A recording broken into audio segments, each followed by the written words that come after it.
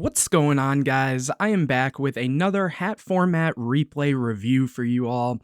If you want to send me your hat format replays, go down to the video description and you can find out all the information on how to go about sending in your replays for me to react to.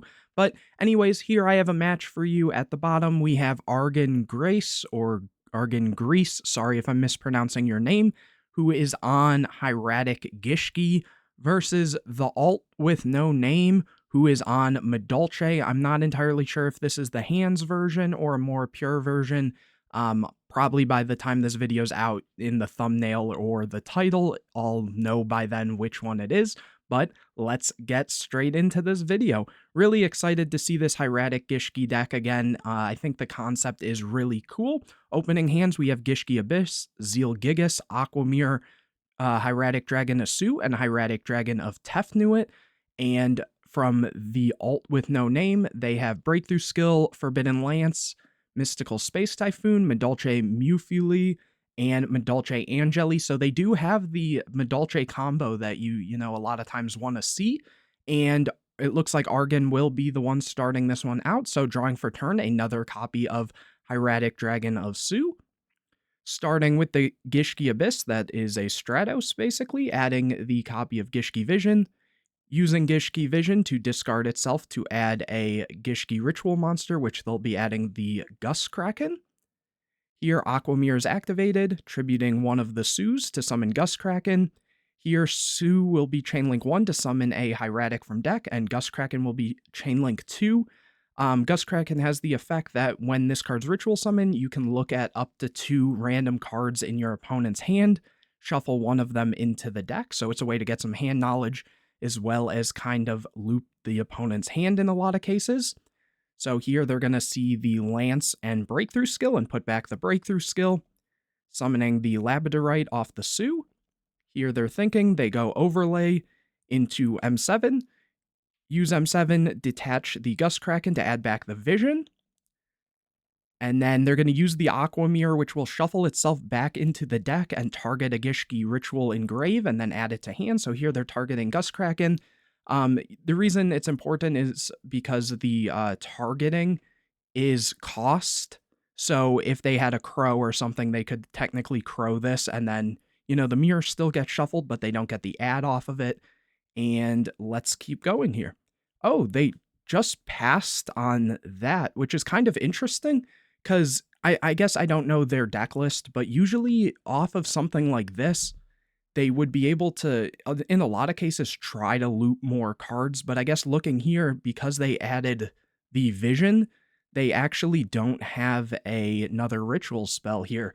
So it looks like in most cases, if the alt just clears this board, they're going to have to either hope they top deck something or just play with the Hieratic side of this deck. But anyways, it looks like the alt drew a copy of Palooza for turn, and they start their turn by summoning the Mewtwo, which will let them special summon the Angeli from hand. Angeli Tribute to summon a Hoot Cake, the normal Madolche play when they have that combo. Here, banishing the Angeli for the Hoot Cake effect to summon Messengelato, Messengelato summon, adding the Chateau.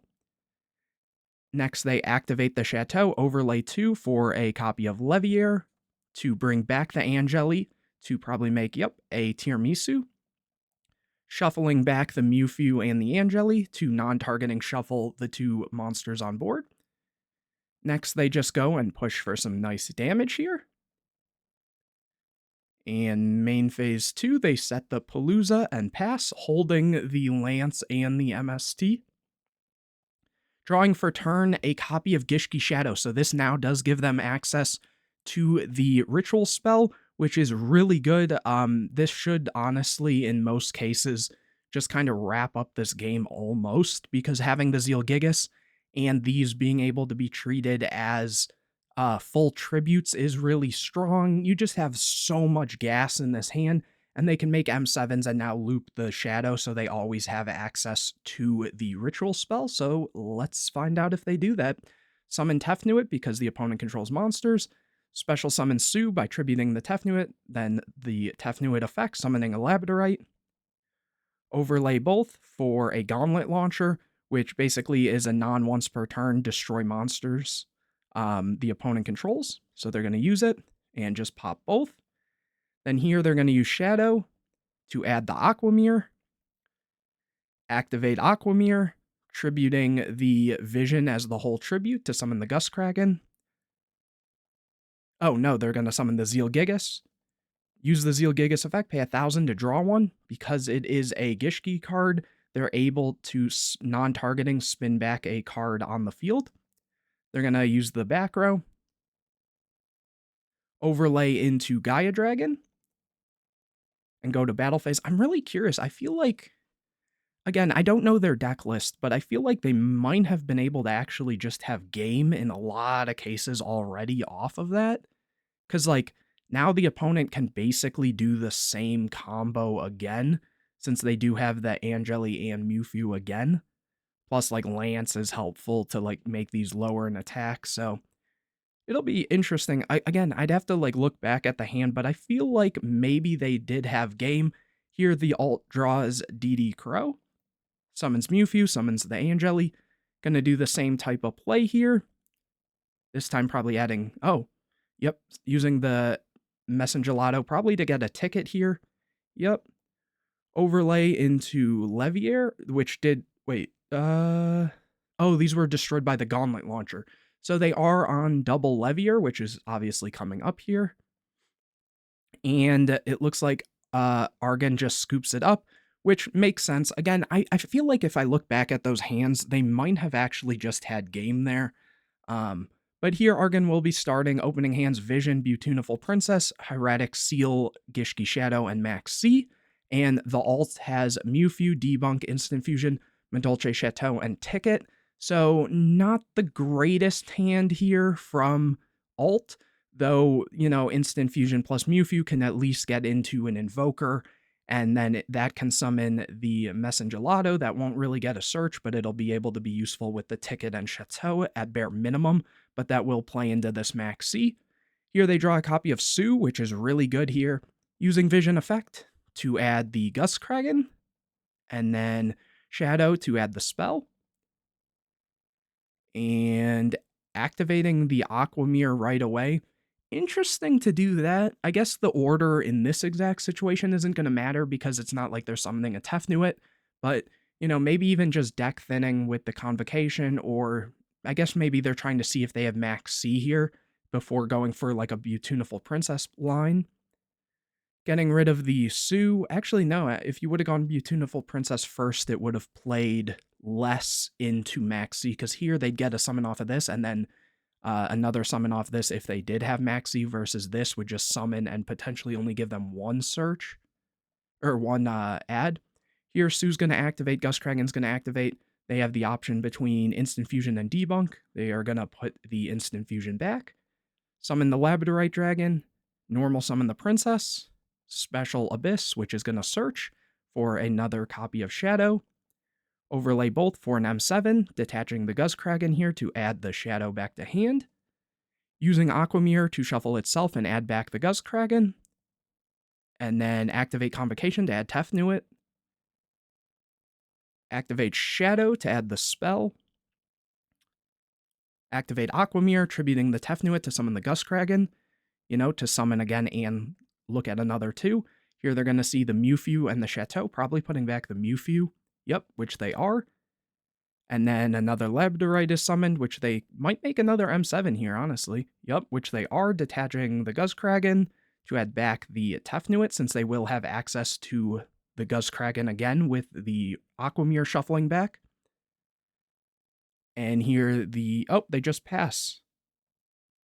Wait, let me see here. So, because what they could have, in theory, done is, I guess, maybe they're only on 2 Labradorite Dragon, but if they discarded the Shadow to add the spell, went for this again, they'd loop another card, and then, but, you know, obviously getting rid of the Tefnuit, and if they had another Labradorite, they could have either gone another M7, which isn't the greatest if the opponent had something like Dark Hole or something, but what it would also allow is if they had another Labradorite. Labradorite is a tuner, level 6, and they could synchro with the Abyss and that for a Beals, which is at least alright, but I guess they didn't want to overcommit. They've already looped 2 cards out of the opponent's hand, which definitely isn't bad at all.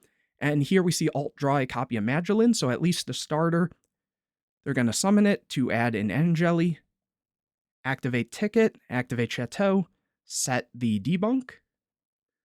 They're going to attack over the Abyss. Argon gets a copy of DD Crow, activates M7 to add back Abyss, activate the M7 to add back Shadow, activate Shadow, that gets met with debunk, activate the other Shadow, and they move to a game 3. Yeah, that was a pretty tough position already. They had a lot of damage on board and just a lot of setup. But here we will see the Alt go first. Opening hands from Argon, we have Gishki Tetra Ogre, Gishki Abyss, Beautiful Princess, Abyss, and Sue. And the Alt has Messengelato, Magdalene, Angeli, DD Crow, and Messengelato. So that is very tough. It's good to see they have DD Crow and obviously Angeli, but it's not really good when you open. Usually players only play 2 Messengelato, and you want to be able to summon this to get your spells going. So a little unfortunate there. Here they draw a instant fusion for turn, so that actually kind of, helps right there. They're going to use Magdalene, adding Mewtwo, which kind of already indicates that they have some good stuff in hand potentially. And just pass. Here Argon gets a copy of Max C, which, if it makes it to the next turn, is going to go really hard here because it's just all gas in the Alt's hand. Though, what I can say is, Madolche might be able to even just push through with so much damage that it doesn't even matter. But here they go Summon Abyss, add Shadow, and activate Shadow. Discarding to add the Aquamirror. Activate Aquamirror to summon the Tetra Ogre. Use the effect of Sue to summon Labradorite. Here they use Tetra Ogre, which this one does once per turn declare 1 card type monster spell trap. Your opponent can discard 1 card to negate this card's effect. Otherwise, both players send 1 card of the declared type from their main deck to the graveyard. And it looks here they declared monster, which is good and bad. It means that, they're trying to use the Aquamirror, I think, to, send a different ritual potentially, but that also will just lose kind of hard to this Crow here. So they send Messengelato. So they're just using it to negate that in general, and then here they're going to overlay. For M7, use M7 to bounce back Sue, so they are holding the Crow here, probably for the ritual stuff. Let's see. Yep, they are going to Crow the Tetra Ogre, and here they just go Battle Phase, attack into the Magdalene, which shuffles itself back, and then the Abyss will get in for a little bit of damage. And over to Alt, who draws a copy of Breakthrough Skill. Here they summon Mewtwo, chain the Max C, summon the Messengelato. Ooh, Argon gets a copy of Flying Sea. This card is really good against Madolche because they need their Xyz summons. And off of that, they get the Ticket. Activate Ticket, go to Battle Phase. Messengelato over the Abyss. Set 2, so not playing into the Max C is pretty good. Argon gets a copy of Gishki Aquamirror, which is so strong when they have these potential searches here. Summon Abyss. They go Breakthrough Skill, activate M7 to add back the copy of Shadow. Battle Phase, so they really don't want to commit into whatever this back row is. Having Flying Sea means that they're not really scared of too much at this position anyways. Here, Ticket triggers or not. Oh, it does to add the Mewtwo from deck. Attack over the Messengelato, which thankfully, shuffles back. And here, looking at their hand, if they survive, they do have pretty good follow-up here. And let's see here.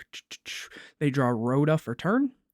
Summon Mewtwo, summon Angeli, and back to the main Madolche combo. Banishing the Messengelato, summoning the Messengelato, add Chateau. Here, Flying Sea is going to come down, preventing them from going for Leviair or Invoker or anything else.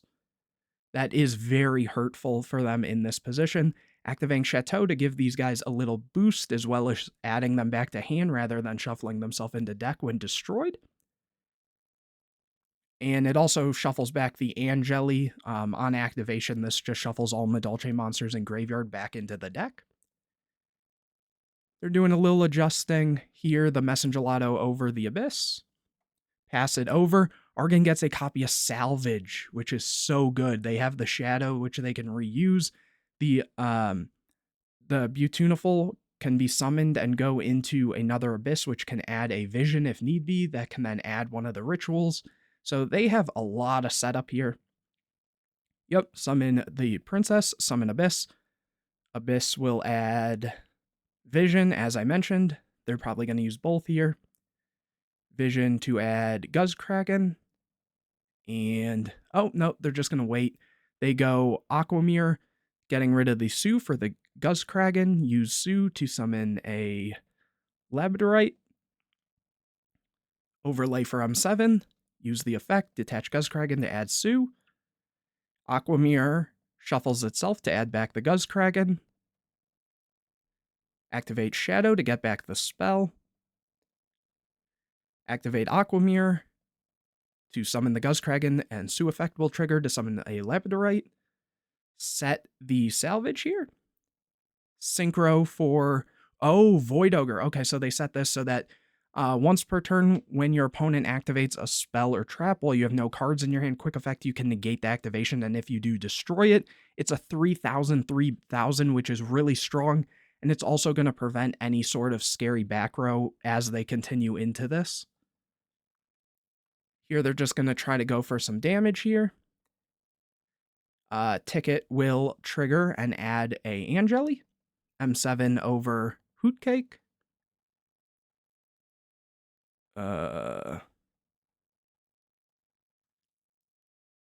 Or not. One time or this battle.